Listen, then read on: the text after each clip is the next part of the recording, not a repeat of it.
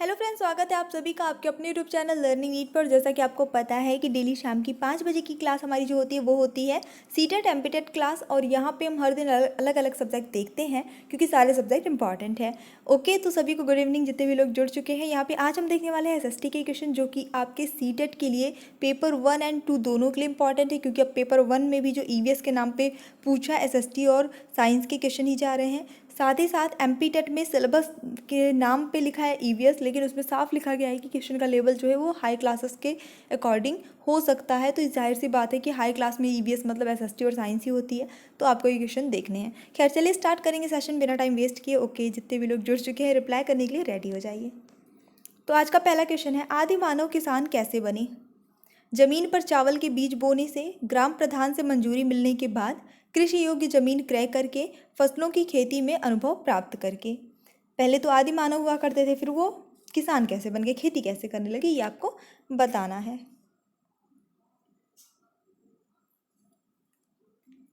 तो चलिए देख लेते हैं यहाँ पे जो करेक्ट आंसर होता है। एक्चुअली वो अनुभव प्राप्त करके, फसलों की खेती के अनुभव, यानी ऐसा नहीं कि वो कुछ ऐसा मंजूरी मिल गई या कि ये सब तो कुछ था ही नहीं, ग्राम प्रधान और ये सारी चीज़ें थी नहीं, क्रय विक्रय का सिस्टम ही नहीं था।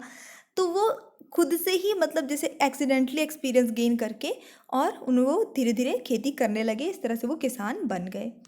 वह स्थान जहाँ के स्त्री पुरुषों ने गेहूँ जौ उगाना और भेड़ बकरी पालना सबसे पहले सीखा था, वो कौन सी जगह है? मोहनजोदड़ो, मेहरगढ़, कोल्ढिवा या चिरांद?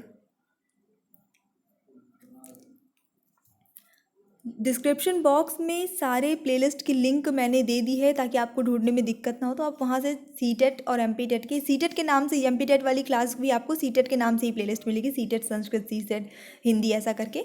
वही एमपीटेट के लिए भी आपको देखना है, ठीक है, क्योंकि क्लासेस कॉमन चल रही है तो आपको सब वही मिल जाएगा।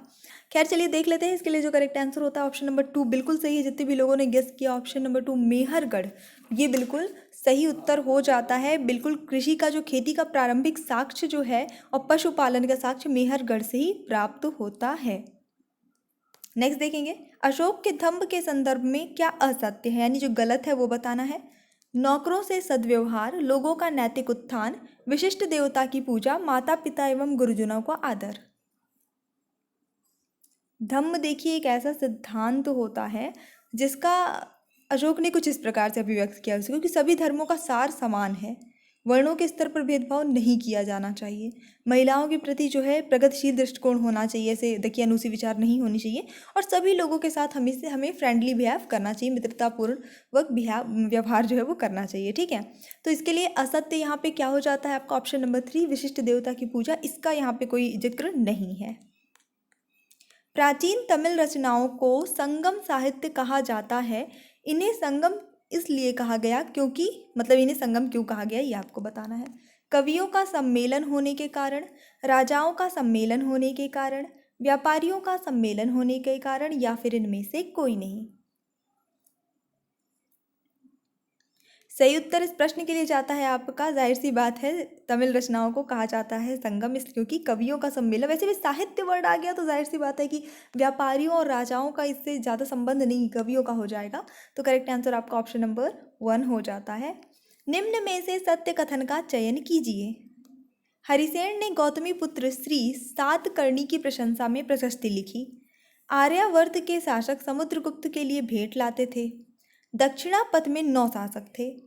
ऐहोल पल्लवों की राजधानी थी। अभी आपको जो सही है इसमें से 3 गलत हैं, एक बस सही है, सही वाला बताइएगा।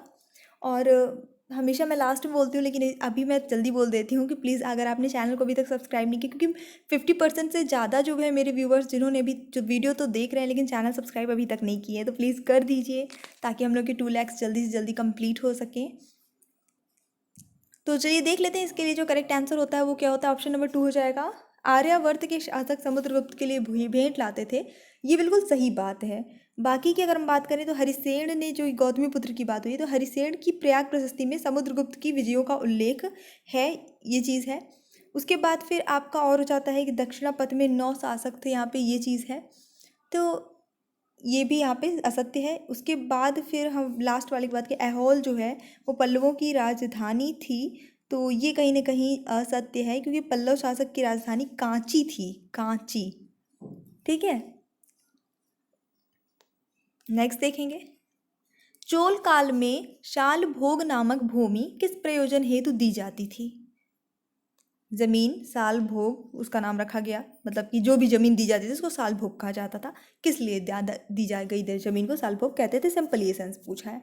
ब्राह्मणों को उपहार में दी गई भूमि, मंदिर को उपहार में दी गई भूमि, किसी विद्यालय के रख रखाव के लिए जो भूमि दी जाती थी उसे, या जैन संस्थानों को दान में दी गई भूमि। चोल काल की बात हो रही है, ये हिस्ट्री है तो थोड़ा सा तो है, बट आना चाहिए। तो चलिए देख लेते हैं, यहाँ पे शाल भोग कहा जाता था जो किसी विद्यालय के रखरखाव के लिए भूमि दी जाती थी उसे। तो सही आंसर ऑप्शन नंबर 3 हो जाता है। अगर आपको भूल जाता है तो आप ऐसे समझ लीजिए, स्कूल को हम क्या कहते हैं हिंदी में? शाला कहते हैं, ठीक है, ऐसे कहते हैं ना, शाला कहते हैं। मतलब अब तो स्कूल ही सब कहने लगे, पहले यही चलता था, पाठशाला या शाला ऐसे ही चलता था। और ये शाल भोग, शाल ऐसा करके आप याद रिलेट कर लीजिए ताकि याद रहे। ये बस एक सिंपल सा तरीका था। बुद्ध और महावीर के अनुसार वही सच्चे ज्ञान को हासिल कर सकते हैं जो, जिन्होंने अपना घर छोड़ दिया हो, जो घर पर रुके, दोनों या इनमें से कोई नहीं? सच्चे ज्ञान को कौन हासिल कर सकता है? तो इन दोनों का ही मानना था कि सच्चा ज्ञान वही हासिल कर सकता है जिसने अपना घर छोड़ दिया हो, यानी जो मोह माया इन सब चीज़ों से या गृहस्थ जीवन से थोड़ा सा फ्री हो गया हो, वही जो है सच्चा ज्ञान प्राप्त कर सकता है। अभी हम लोग सबका ज्ञान जो है कच्चा है, और चलिए घर छोड़ना भी नहीं है पक्का करने के लिए। नेक्स्ट देखेंगे। ओके, लाइक कर दीजिए इसी बात पे। अलाउद्दीन खिलजी ने बाजार नियंत्रण हेतु कौन सा कदम नहीं उठाया?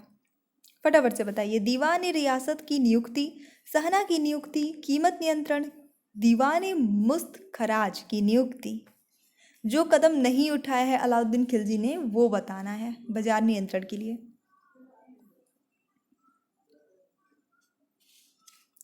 चलिए देख लेते हैं यहाँ पे जो करेक्ट आंसर हो जाता है इस क्वेश्चन के लिए वो क्या होता है। ऑप्शन नंबर 4 हो जाता है, दीवान मुस्त खराज की नियुक्ति। ये जो है बाजार नियंत्रण के लिए उठाया गया कदम नहीं है। एक्चुअली उन्होंने बनवाया तो था, ठीक है, लेकिन ये किसके लिए बना था? ये विभाग जो था, अमीर जो अमीर होते हैं उन पर बकाया कर जो टैक्स बचा रहता है उसको वसूली करने के लिए इस विभाग को बनाया गया था, ना कि बाजार नियंत्रण के लिए। नेक्स्ट देख लेंगे, मुगल थे क्या? मुगल क्या थे? माता की ओर से चंगेज खां के वंशज, पिता की ओर से तैमूर के वंशज। 1 और 2 दोनों सही हैं या फिर इनमें से कोई सही नहीं है?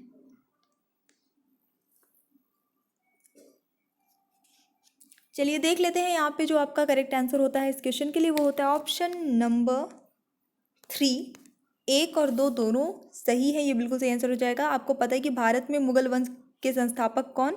बाबर। ये चगताई तुर्क वंश के जो है थे, और उनके पिता उमर शेख तैमूर लंग के 5वें वंशज थे, और माता जो थी वो चंगेज खां की 14वीं वंशज थी। तो इस तरह से ये दोनों ही ऑप्शन सही है। शेर खां या शेर खान या शेरशाह ने हुमायूं को 2 युद्धों में हराया। कौन कौन से युद्ध में? चौसा एवं कन्नौज, सरहिंद एवं गौंड, कन्नौज एवं सरीपुल, चौसा एवं सरहिंद।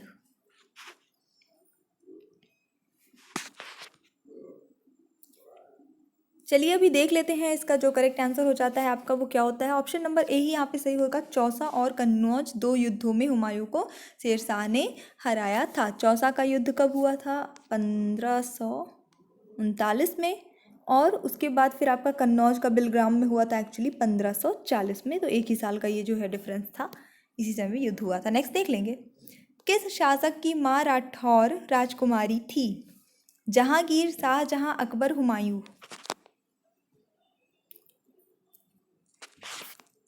मेरे ख्याल से बहुत ज़्यादा ये फेमस भी है थोड़ा सा, पर इट्स ओके। अगर नहीं बनता है तो गेस कर लीजिए, तुक्का मार दीजिए जल्दी से। लाइव क्लास है तो बढ़िया, मतलब live in the sense premiere live है तो लाइव ही है, आराम से तुक्का लगाइए, कोई दिक्कत नहीं है, बट एग्जाम में सोच समझ के। खैर चलिए देखेंगे इसका जो करेक्ट आंसर होता है वो क्या हो जाता है। ऑप्शन नंबर 2 बिल्कुल सही होता है, शाहजहां, ये सही हो जाएगा। तो एक्चुअली उदय सिंह की पुत्री जगत गोसाई का विवाह जो है जहांगीर से हुआ था, और उनके पुत्र हुए थे शाहजहां। तो जाहिर सी बात है उदय सिंह की पुत्री थी तो वो राठौर राजकुमारी थी। नेक्स्ट देखेंगे, 1857 के विद्रोह के पश्चात क्या नहीं हुआ? इनमें से कौन सी चीज़ है जो इस विद्रोह के बाद नहीं हुई थी? कंपनी के सभी अधिकार ब्रिटिश साम्राज्य के हाथ में चले गए, एक सलाहकारी संस्था इंडिया काउंसिल की नियुक्ति की गई। सेना में अवध के लोगों को वरीयता दी गई। मुसलमानों की जमीन और संपत्ति बड़े पैमाने पर जब्त कर ली गई।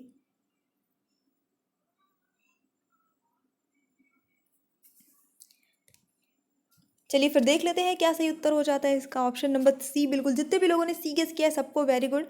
सेना में अवध के लोगों को वरीयता दी गई, ऐसा कुछ भी नहीं हुआ था, बल्कि बाकी की जो सारी चीज़ें हैं वो सही हैं। ऐसा स्पेशल नहीं था कि अवध के लोगों को थोड़ा सा प्रायोरिटी दे दी गई थी, ऐसा कुछ नहीं हुआ था।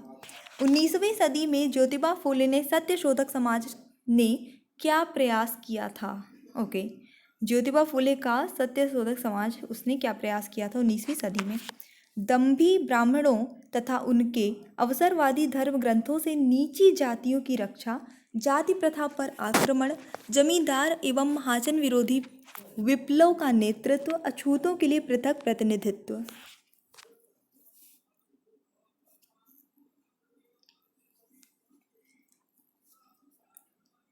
चलिए देख लेते हैं। तो फिर यहाँ पे जो करेक्ट आंसर हो जाता है आपका क्वेश्चन नंबर 104 के लिए, वो होता है ऑप्शन नंबर ए, दंभी ब्राह्मणों तथा उनके अवसरवादी धर्म ग्रंथों से नीची जातियों की रक्षा, ये उन्होंने किया था।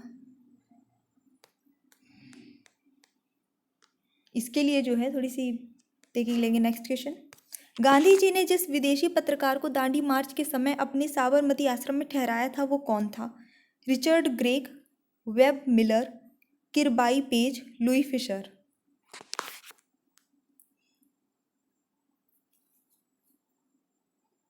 चलिए देख लेंगे यहाँ पे क्या उत्तर हो जाता है। वेब मिलर यहाँ पे सही हो जाएगा। ये अमेरिका के थे, पत्रकार थे, और इनको जो है दांडी मार्च जिस वक्त हो रहा था उस वक्त गांधी जी ने साबरमती आश्रम में रोका हुआ था, मतलब ठहराया हुआ था। सविनय अवज्ञा आंदोलन के टाइम पे भी ब्रिटिश सरकार द्वारा जो भी हिंसा की गई थी उसको समाचार पत्र में प्रकाशित वेब मिलर ने ही किया था। क्षुद्र ग्रहीय कटिबंध निम्नलिखित में से किसके बीच है? मंगल और बृहस्पति, पृथ्वी और मंगल, बृहस्पति और शनि, शनि और यूरेनस। सो करेक्ट आंसर हो जाता है, बहुत फेमस क्वेश्चन है, ऑप्शन नंबर ए हो जाएगा, मंगल और बृहस्पति ग्रह के बीच स्थित है छोटे छोटे पिंड।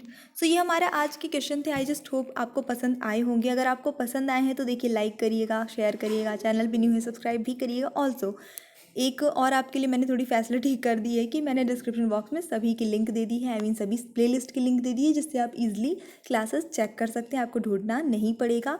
और साथ ही साथ हमारे अदर चैनल्स भी हैं, उसके लिंक जो मैं कमेंट बॉक्स में पिन कर दूंगी, तो आप वहाँ से चेक कर लीजिएगा और प्लीज़ वहाँ पे मुझे सपोर्ट करिए। मैं बहुत बहुत मेहनत कर रही हूँ इस वक्त। So thanks for watching, keep studying and bye bye.